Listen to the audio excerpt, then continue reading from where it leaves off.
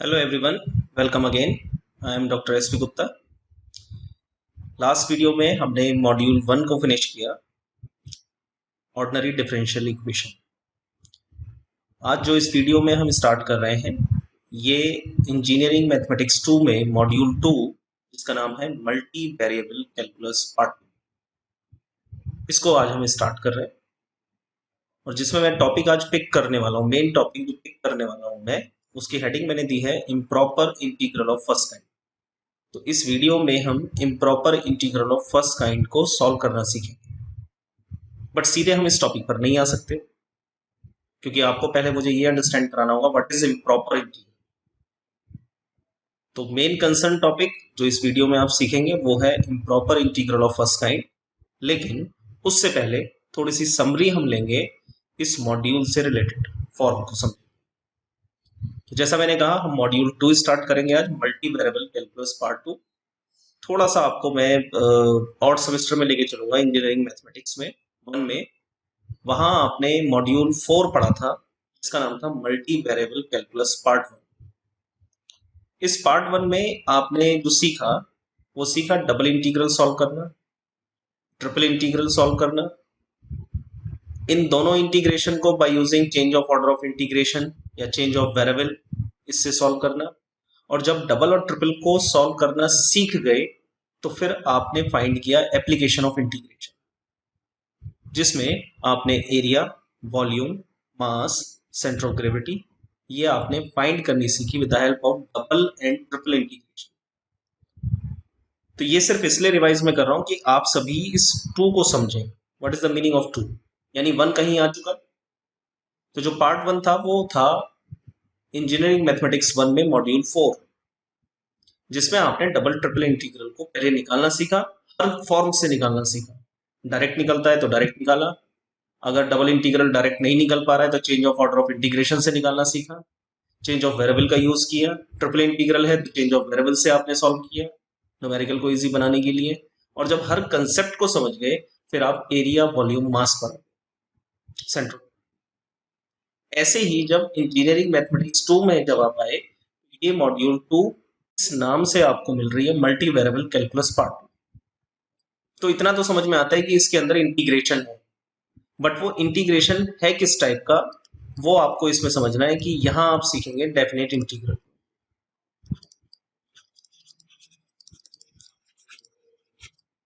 Definite integral दो type का है, एक है प्रॉपर इंटीग्रल, एक है इम्प्रॉपर इंटीग्रल।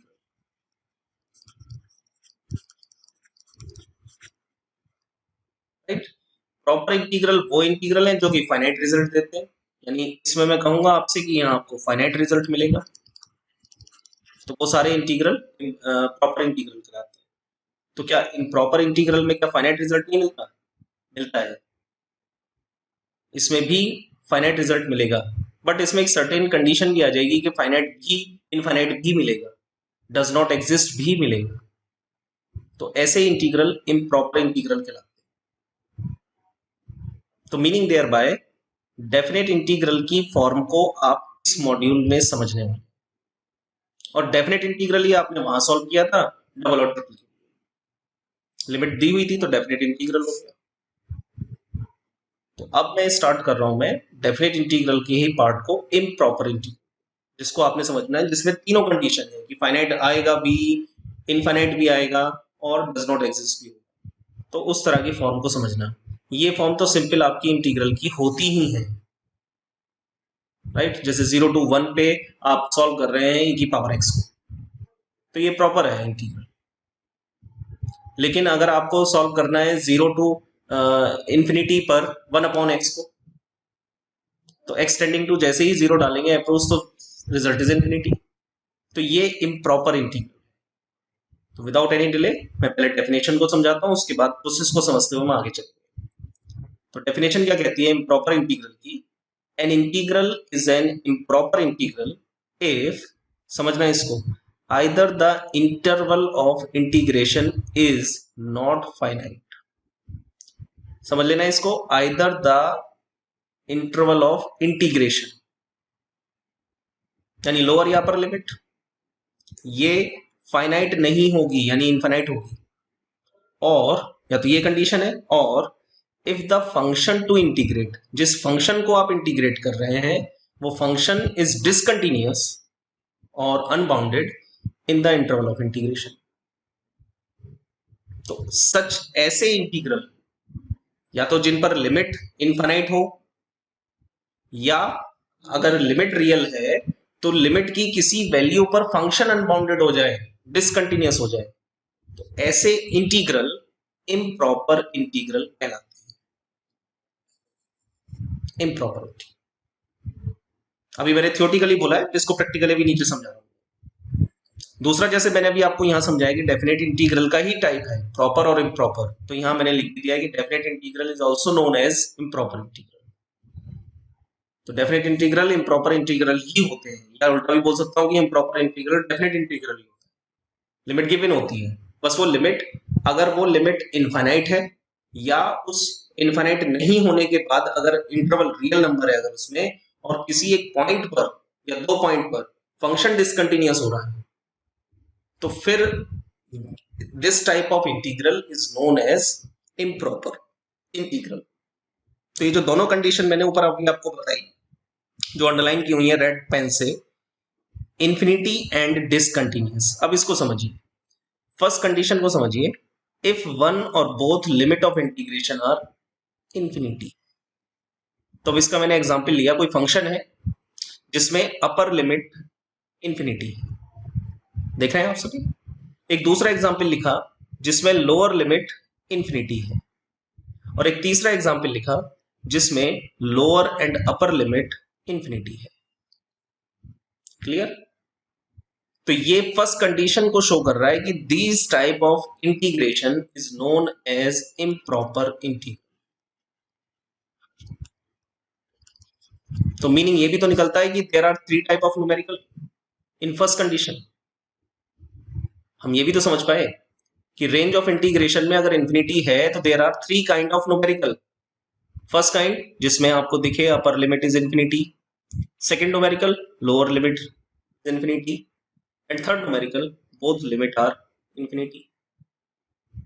तो ये इम्प्रॉपर इंटीग्रल की पहचान हुई फर्स्ट कंडीशन के थ्रू, लिमिट ऑफ इंटीग्रेशन में यदि इंफिनिटी दिया गया। अब समझते हैं दूसरे पॉइंट को, दूसरी कंडीशन को, जिसमें मैंने कहा कि जिस फंक्शन को इंटीग्रेट कर रहे हैं वो फंक्शन डिसकंटिन्यूअस हो रहा है इन द इंटरवल ऑफ इंटीग्रेशन। इसको समझते हैं। तो मैंने लिखा है इफ द इंटीग्रांड यानी दैट फंक्शन इज अनबाउंडेड यानी discontinuous at any point in the interval. तो ये पहला एग्जांपल मैंने लिया, 0 से 2 1 अपॉन एक्स स्क्वायर dx। तो आप क्लियरली देख रहे हैं 0 और 2 में 1 upon x square is unbounded at x equals to 0। देख रहे हैं? तो ये भी ध्यान रखना ये लोअर लिमिट पर है। अब दूसरा सवाल देखो, -1 to 4 इंटरवल है, 1 अपॉन एक्स माइनस 2 को करना है इंटीग्रेट। ये जो फंक्शन है 1 अपॉन एक्स माइनस 2, इस इंटरवल में 2 पॉइंट आएगा x बराबर 2, उस x बराबर 2 को जैसे इसमें डालेंगे 1 अपॉन 0 बनेगा, तो बन गया इन्फिनिटी। तो आपने देखा 1 upon x minus 2 is unbounded at x equals to 2। लेकिन ये भी ध्यान रखना कि ये दूसरे टाइप का जो एग्जाम्पल है ये कहां जा रहा है, इन दोनों के बीच में। कहां ये, इन द इंटरवल -1, 4, इस इंटरवल में। और तीसरा एग्जाम्पल अगर आप देखें तो -2 to 4 1 upon x minus 4 dx, इसमें यदि इस फंक्शन को देखें तो ये फंक्शन अनबाउंडेड है एट x इक्वल्स टू 4 रखेंगे, 4 minus 4 is 0, 1 upon 0 is infinity, यानी फिर फंक्शन डिसकंटिन्यूअस हो। तो ये इस तीसरे एग्जाम्पल में ये 4 पर है। तो यहां भी तीन तरह के सवाल बने, डिसकंटिन्यूअस में भी तीन तरह के सवाल आपको दिखते हैं, लोअर लिमिट पर अनबाउंडेड हो, अपर लिमिट पर अनबाउंडेड हो, या इन दोनों के बीच में अनबाउंडेड। राइट? तो ये दोनों कंडीशन को मैंने डिफाइन किया, तो आपको ये समझ में आता है कि there are 6 type of numerical which shows the given integral is improper integral. तो ये 6 न्यूमेरिकल बन जाते हैं एक तरीके से अगर समझे हम इसे।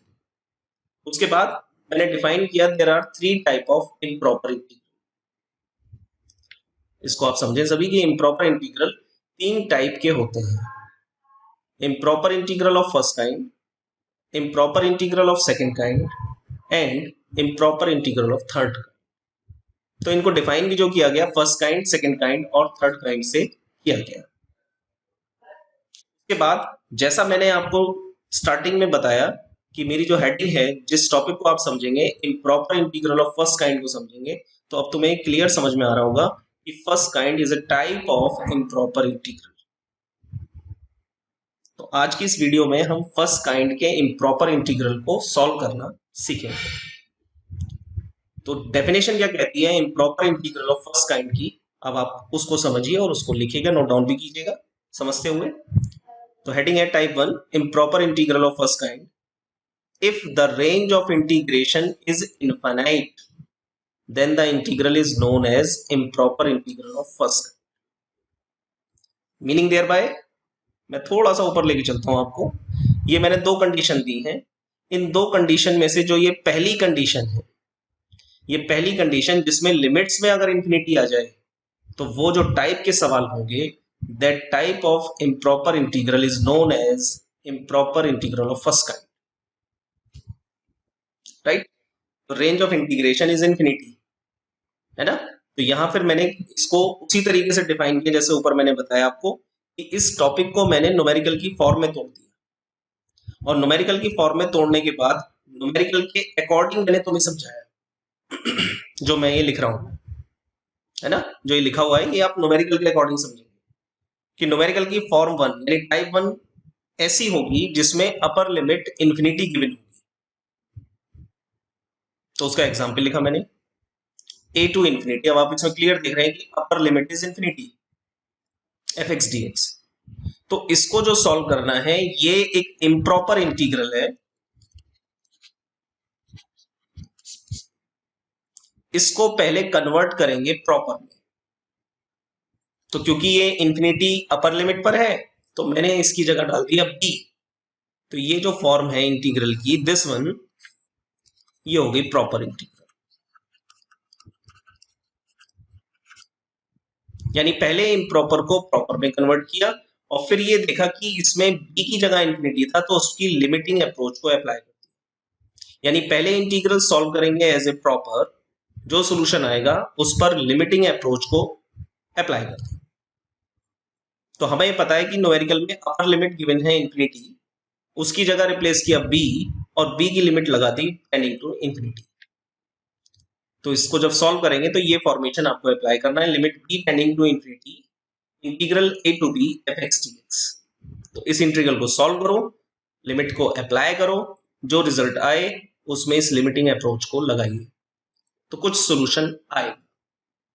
अब वो कुछ सॉल्यूशन की जो बात कर रहा हूं मैं आपसे, क्योंकि लिमिट आप सभी ने सॉल्व की है, या तो लिमिट एग्जिस्ट होगी या लिमिट एग्जिस्ट नहीं होगी, ये आपको पता है।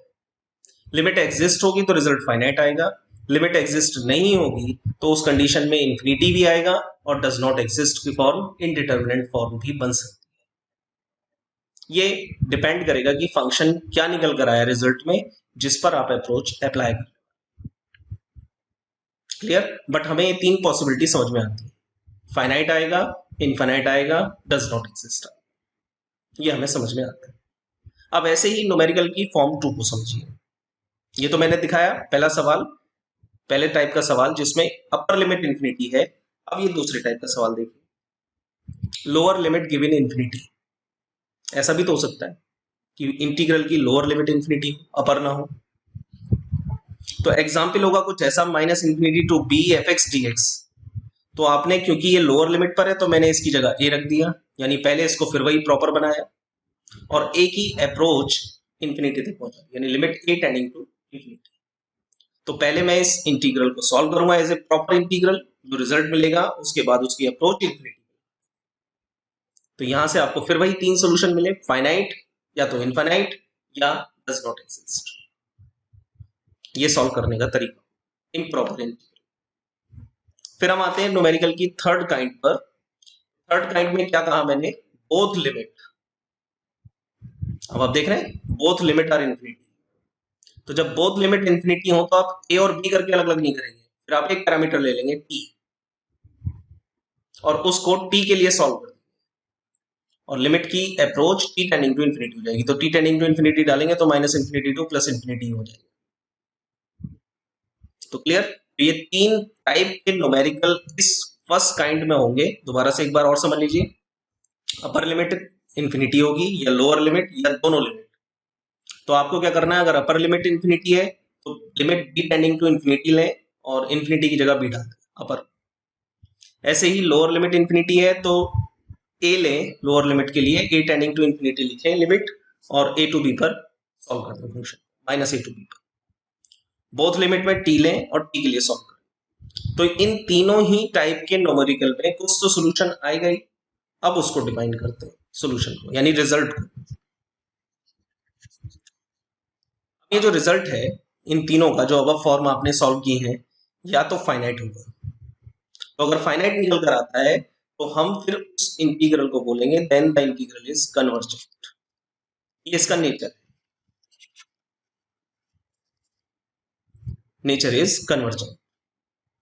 सेम ऐसे ही मान लीजिए आप इन तीनों को सॉल्व कर रहे हैं, तीनों टाइप का रिजल्ट आता है इनफाइनाइट, इंफिनिटी रिजल्ट आता है, तब आप कहेंगे the integral is divergent.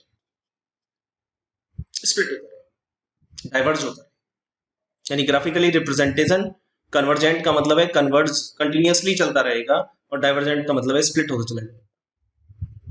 Same ऐसे ही कि अगर इसमें से इंटीग्रल की वैल्यू डज नॉट एग्जिस्ट आ जाए तो उस कंडीशन में आप कहेंगे द इंटीग्रल इज ऑब्सोल्यूट। तो ये आप नेचर भी डिफाइन करते चले जाएंगे रिजल्ट के साथ साथ कि इस फॉलोइंग फंक्शन के इंटीग्रल का रिजल्ट या तो ये है और इसका नेचर ये है, रिजल्ट ये है, नेचर ये है, रिजल्ट ये है, नेचर। तो इसमें न्यूमेरिकल कैसे पूछे जाते हैं? इसमें न्यूमेरिकल पूछे जाते हैं टेस्ट द कन्वर्जेंस। न्यूमेरिकल किस तरीके से पूछे जाएंगे? Test the convergence, check the convergence. तो ये जो कन्वर्जेंस वर्ड है, इस कन्वर्जेंस का मीनिंग कन्वर्जेंट नहीं है, इस कन्वर्जेंस का मीनिंग ये तीनों पार्ट है। कौन कौन से? कन्वर्जेंट, डाइवर्जेंट, ऑसिलेटरी, ये तीनों टाइप। तो टेस्ट द कन्वर्जेंस में आप कंफ्यूज ना हो कि कन्वर्जेंट प्रूफ करना है, नहीं, कन्वर्जेंस का मीनिंग है ये तीनों हो सकते हैं, इनमें से बताइए कौन सा है। चेक कर, सॉल्व करके, इन्वेस्टिगेट करके।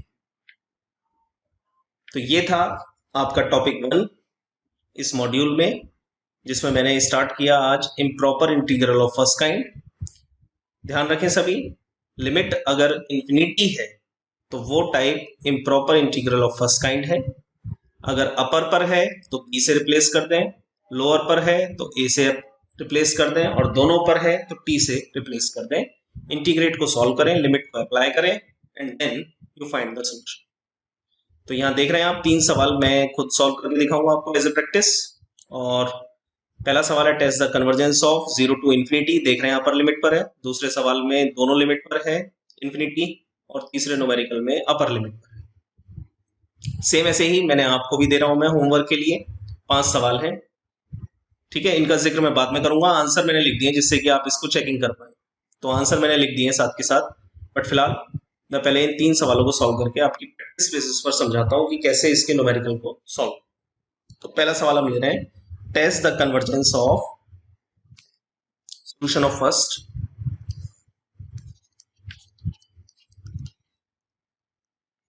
test the convergence of integral 0 to infinity dx upon 1 plus x square। ये सवाल, जैसे ही आपने ऊपर इंफिनिटी देखा तो सोल्यूशन में लिखा द गिवन इंटीग्रल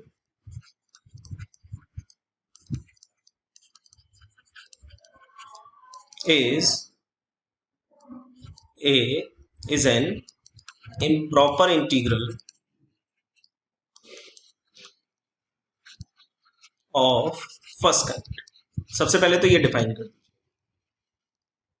जैसे ही ये डिफाइन हुआ तो अब आप इसकी अप्रोच को चेंज करेंगे, जैसा मैंने वहां फॉर्मेशन में बताया। तो वो मैंने लिखवाया ही इसी तरीके से जिससे कि आप न्यूमेरिकल समझें। तो ये अपर में है, तो आपने लिखा limit b tending to infinity 0 to b dx upon 1 plus x square, right. सबसे पहला पार्ट। अब ये प्रॉपर बन चुका है इतना पार्ट, इसको पहले सॉल्व करना है।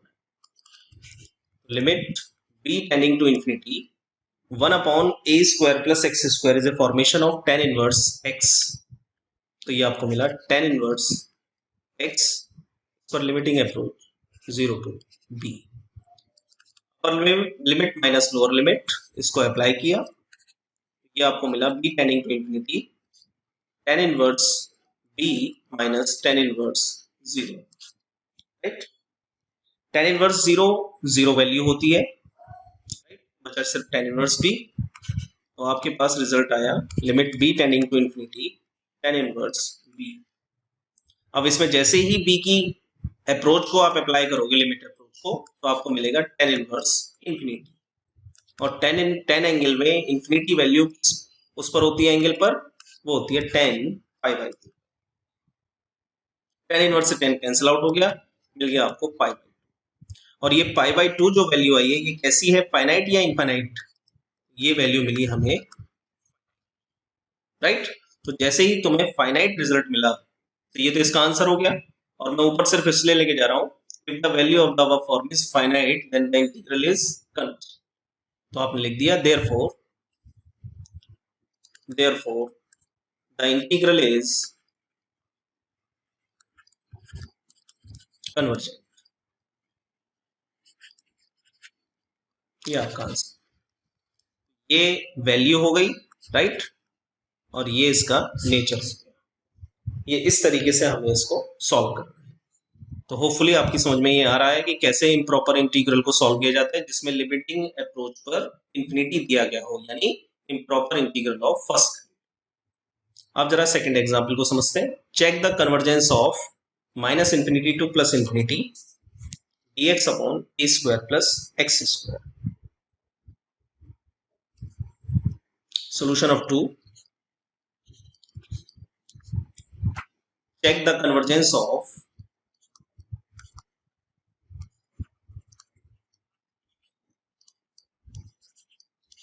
minus infinity to plus infinity dx upon a square plus x square, right. सबसे पहले इंफिनिटी देखते ही आपने सोल्यूशन में वही लिखा, पहली line, the given integral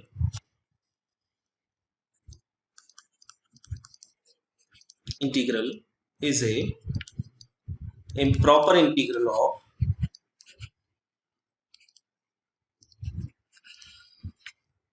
of first kind।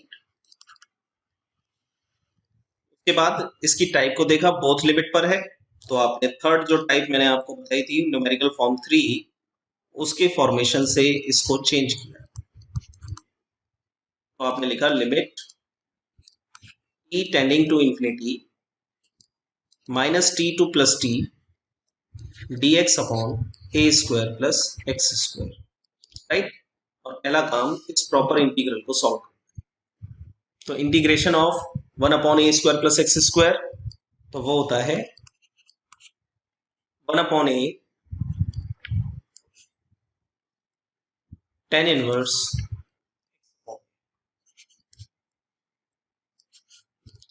पर lower limit upper limit t to minus t. 1 upon a constant value है, इसको बाहर कर दिया,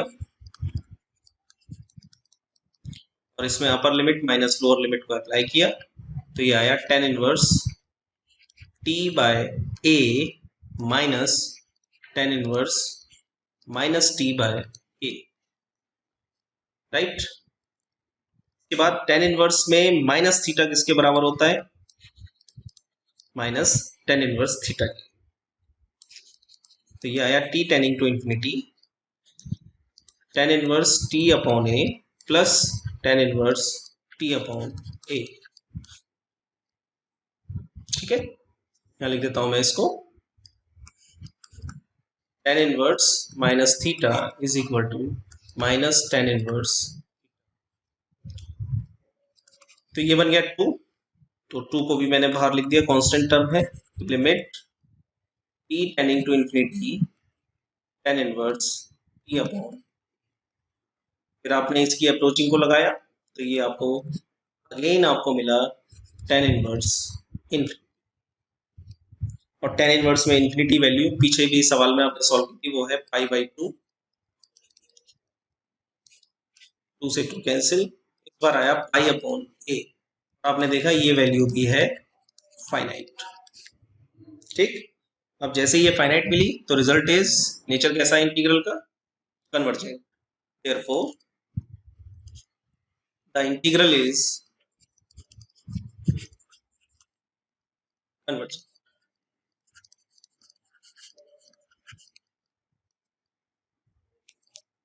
ये था second example, just to simplify कि भाई आप इस टाइप को समझ पाए और अच्छे तरीके से कि कैसे हमें इम्प्रॉपर इंटीग्रल को सॉल्व करना है। तो फर्स्ट काइंड अब होपफुली आपकी समझ में आ रहा है कैसे हमें सिंप्लीफाई करना है। तीसरा सवाल है investigate the convergence of 0 to infinity cos x dx। तो थर्ड न्यूमेरिकल है solution of 3। Investigate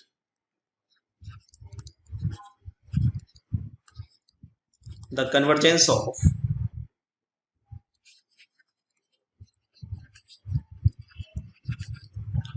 0 to infinity cos x dx। जैसा मैंने पीछे बताया बिल्कुल वैसे ही लिखना है इसको। द गिवन इंटीग्रल सॉल्यूशन में, the given integral is an improper integral of first kind, right? तो 0 to infinity cos x dx convert into limit, upper limit पर है b tending to infinity 0 to b cos x dx। Integrate किया, ये आ गया sin x cos x का integral, limit apply की, sin b minus sin 0, sin 0 0 होता है, तो फाइनली आपको मिला sin। जब इसमें आप अप्रोच को डालेंगे तो आएगा sin इन्फिनिटी। अब ये जो sin इन्फिनिटी है इसकी वैल्यू नहीं पता,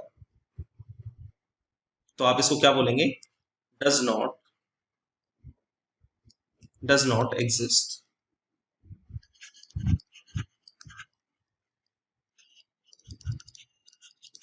और डज नॉट एग्जिस्ट की कंडीशन में इंटीग्रल कैसा है, therefore the integral is possible.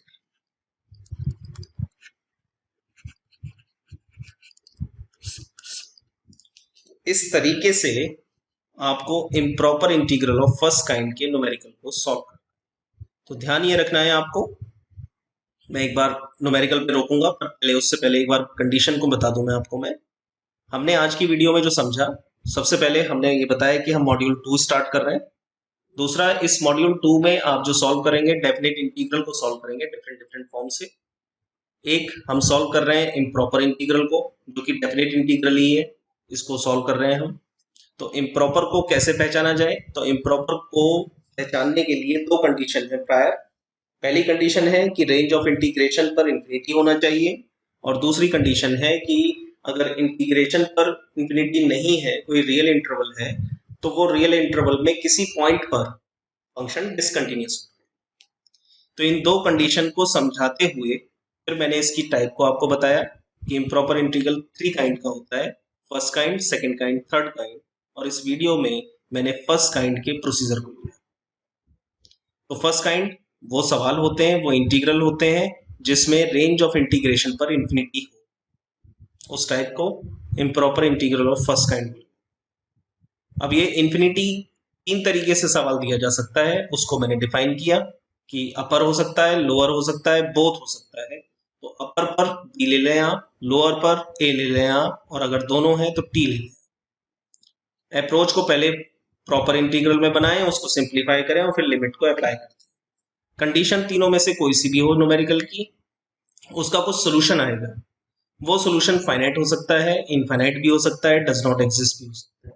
उसके अकॉर्डिंग, रिजल्ट के अकॉर्डिंग उसका नेचर है। यदि फाइनाइट है तो कन्वर्जेंट, इनफाइनाइट है तो डाइवर्जेंट, और डज नॉट एग्जिस्ट है तो ऑसिलेट। इसके बेसिस पर मैंने ये 3 सवाल आपको सॉल्व कराए और ये आपको होमवर्क के लिए कुछ न्यूमेरिकल दिए हैं। तो टोटल मिला के तो 8 सवाल हो जाते हैं जो आप प्रैक्टिस करोगे, और एनफ है एक टॉपिक के लिए अंडरस्टैंड करने के लिए। तो पहला सवाल है जैसे test the convergence of 0 to infinity dx upon 1 plus x। तो क्लियर आप देख रहे हैं कि इस न्यूमेरिकल में अपर लिमिट दिस वन, ये आपको इन्फिनिटी दी हुई है। जब आप इसको सॉल्व करेंगे तो इसका आंसर इन्फिनिटी आएगा और ये डाइवर्जेंट होगा। सॉल्व कीजिए। सेम ऐसे ही अगला सवाल है, इसमें भी अपर लिमिट इन्फिनिटी दी है और ये कह रहा है कि ये बताइए कि क्या ये फंक्शन कन्वर्जेंट है। तो आप देखेंगे इसको सॉल्व करने के बाद ये इसका आंसर आएगा और ये कन्वर्जेंट होगा। ये दिया है मैंने ताकि आप प्रैक्टिस में अपने ले पाए। चेक द कन्वर्जेंस ऑफ, जब आप इसको सॉल्व करेंगे इसमें भी अपर लिमिट है और ये डज नॉट एग्जिस्ट आएगा, ऑसिलेटरी। इम्प्रॉपर इंटीग्रल इसको सॉल्व करना है, इसमें क्या करें, tan इनवर्स x को हिंट दे देता हूं यहां पर, this one, tan inverse x को z मान लेना, इससे सॉल्व करना।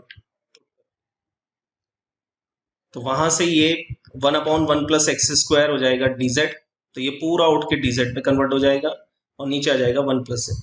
z में लिमिट भी आएंगे और उसको फिर लिमिट से सॉल्व करेंगे उसके अकॉर्डिंग। ठीक है, तो यहाँ मैंने इसका आंसर बता दिया। इसका आंसर है log 1 + π/2, ये इसका आंसर है और ये फाइनाइट है क्योंकि, तो कन्वर्जेंट। पांचवें सवाल को समझें तो पांचवें सवाल में सबसे पहले आपको करना है यूज पार्शियल फ्रैक्शन, क्योंकि अल्टीमेटली इस इंफिनिटी से कन्वर्ट चेंज तो कर दोगे लेकिन इंटीग्रेट ही तो करना है ना। तो पार्शियल फ्रैक्शन से पहले सेपरेट करेंगे। जब ये सेपरेट हो जाएगा तो इजीली इंटीग्रेबल है, क्योंकि 1/x-1 आपको पता है लॉग का फॉर्मेशन हो गया। या इसका जब आप करेंगे चेंजेस तो आपको पता लगेगा कि ये 10 का आ रहा है या लॉग का आ रहा है, ये आपको पता लगेगा फॉर्मेशन सेपरेशन के बाद। तो इनिशियली पार्शियल फ्रैक्शन लगाएं, इनको सेपरेट करें। सेपरेट होने के बाद देखें ये किसका इंटीग्रल फॉर्मूला बना है। इनिशियली तो आप इसको सॉल्व नहीं कर पाएंगे बिना सेपरेशन, तो पहले सेपरेट करें उसके बाद सॉल्व करें। फाइनाइट रिजल्ट आएगा, वो रिजल्ट मैंने लिख दिया है कन्वर्जेंट एक्स का। तो ये 5 सवाल हैं जिनको आपने सॉल्व करना है। नेक्स्ट वीडियो में, क्योंकि अभी इसकी 2 काइंड बची हैं, तो improper integral of second kind को हम स्टार्ट करेंगे सेकंड वीडियो। तो आज की वीडियो के लिए सिर्फ इतना ही, आप प्रैक्टिस कीजिएगा। Thank you.